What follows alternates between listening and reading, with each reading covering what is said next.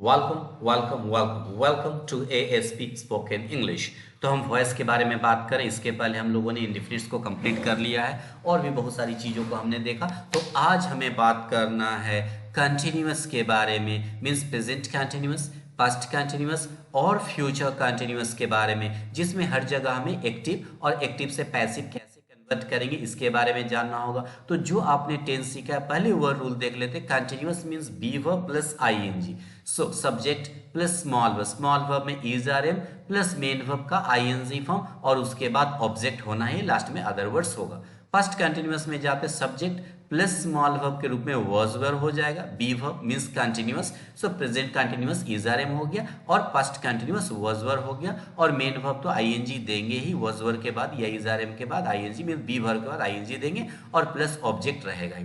और future continuous, future plus continuous, combination of two tenses, future plus continuous. So subject small verb में दो रहेगा, एक future के लिए शैल विल और कंटिन्यूअस के लिए बी वर्ब होना है, बी बीन बीइंग। तो शैल विल के बाद फर्स्ट फॉर्म होता है तो बी का यूज किया गया और मेन वर्ब में आईएनजी का यूज किया गया और उसके बाद ऑब्जेक्ट तो होना ही है।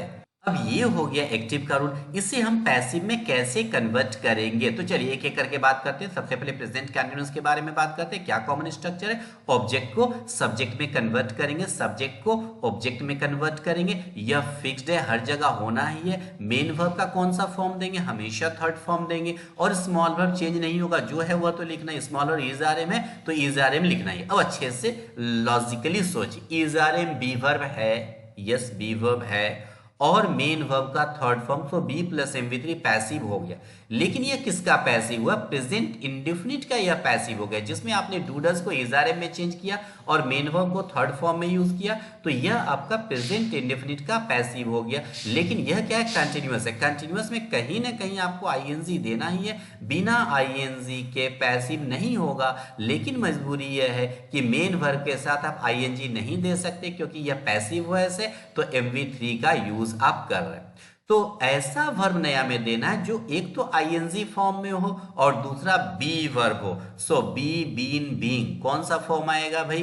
बीइंग का यूज करेंगे और बी प्लस एमवी3 पैसिव हो गया, is are am plus being plus एमवी3, being plus एमवी3 यहां पर पैसिव के रूप में यूज होगा। चलिए नेक्स्ट में चलते हैं। Past continuous, object will be converted into subject, subject will be converted into by object, main verb का थर्ड फॉर्म फिक्स्ड है, small verb was verb will remain the same और इसको कंटिन्यूअस बनाना है तो कहीं ना कहीं आईएनजी फॉर्म देना होगा, तो बी के साथ आईएनजी फॉर्म दे देंगे तो बीइंग हो गया, बीइंग प्लस एमवी3 यह पैसिव हो गया। और लास्ट फ्यूचर कंटिन्यूअस के रूल के बारे में बात करते हैं। So object will be converted into subject, subject will be converted into by object, main verb का हमेशा थर्ड फॉर्म, स्मॉल वर्ब कभी चेंज नहीं होगा, तो जो स्मॉल वर्ब है पहले वह लिखना होगा, शैल विल है तो शैल विल लिखना होगा, बी है तो बी लिखना होगा और कहीं ना कहीं आईएनजी फॉर्म का यूज करना है तो बी बीन बीइंग में क्या यूज करेंगे? तो बीइंग का यूज करेंगे और बीइंग प्लस एमवी3 यह पैसिव हो गया। लेकिन अच्छे से समझिए, अच्छे से समझिए, यहाँ बीइंग प्लस एमवी3 पैसिव तो हो गया, लेकिन बी प्लस बीइंग बड़ा अजीब लग रहा है, यहाँ पर यूज बड़ा अजीब लग रहा है, बी प्लस बीइंग। तो यहाँ पर आपको अच्छे से समझना होगा, जब आप अलग अलग विद्वानों को पढ़ेंगे, जब आप अलग अलग ग्रामेरियंस को पढ़ेंगे, अलग अलग ग्रामर का बुक आप पढ़ेंगे, तो हर जगह आपको अलग अलग थ्योरी मिलेगी। कहीं लिखा हुआ रहेगा 12 टेंस में 7 का वॉइस चेंज करेंगे, 5 का नहीं करेंगे। कहीं लिखा हुआ मिलेगा 12 टेंस में 8 का वॉइस चेंज करेंगे, 4 का नहीं करेंगे। कहीं आपको लिखा हुआ मिलेगा कि 12 टेंस में 12 का वॉइस चेंज कर सकते हैं। तो अब आप कंफ्यूज हो जाएंगे, भाई करें क्या? आपको अच्छे से बेस समझना है कि क्यों यह सब बातें लिखी हुई रहती है, अच्छे से समझिए। एक रूल ऐसा होता है जो कहीं पर लिखा हुआ आपको नहीं मिलेगा, लेकिन पूरे इंग्लिश लैंग्वेज के दौरान वह यूज होगा। अच्छे से सुनिएगा, double small verb from the same group, और बोला जा सकता है more than one small verb from the same group can never be used together. अच्छे से सुनिए, more than one small verb from the same group can never be used together. एक से ज्यादा स्मॉल वर्ब सेम ग्रुप से एक साथ हम यूज नहीं कर सकते। इंग्लिश का यह रूल है, चाहे एक्टिव हो, पैसिव हो, नरेशन हो, कहीं पर भी आप करें। लेकिन यह रूल हर जगह आपको अप्लाई करना है कि more than one small verb can not be use together, एक साथ यूज नहीं हो सकता।